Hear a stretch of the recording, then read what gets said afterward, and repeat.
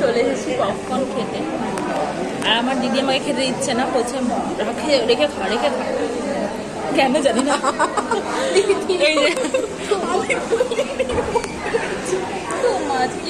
3:20 থেকে ছিল আমাদের শো টাইম, কিন্তু তখন 3:25 বাজে, তাও আমাদের হলে এন্ট্রি করায়নি।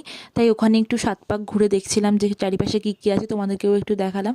তো 7 পাক ঘুরতে ঘুরতে দেখি ওরা টিকিট চেক করছে, তো আমরাও ভেতরে ঢুকে সুন্দর করে সিট নিয়ে বসে পড়েছি। আরে সামনে পপকর্ন থাকলে কি আর চুপ থাকা যায়? তো খেতে শুরু করে দিয়েছি, তো খেতে হবে, এটাই হচ্ছে মোটিভ। আমাদের ভাত খেলেও খিদে পায়, তারপরে হচ্ছে সন্ধ্যেবেলায় খিদে পায়, ব্রেকফাস্ট করার পর খিদে পায় কেন জানি না, কিছু হলেই খিদে পায়।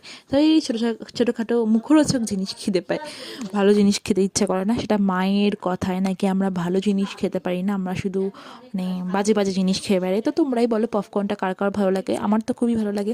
এটা ছিল একটা বাটার পপকর্ন, যার দাম নিয়েছিল হচ্ছে 120 টাকা। অনেক বকবক করেছে, এবার মুভিটা দেখবো শান্তি করে, চলো।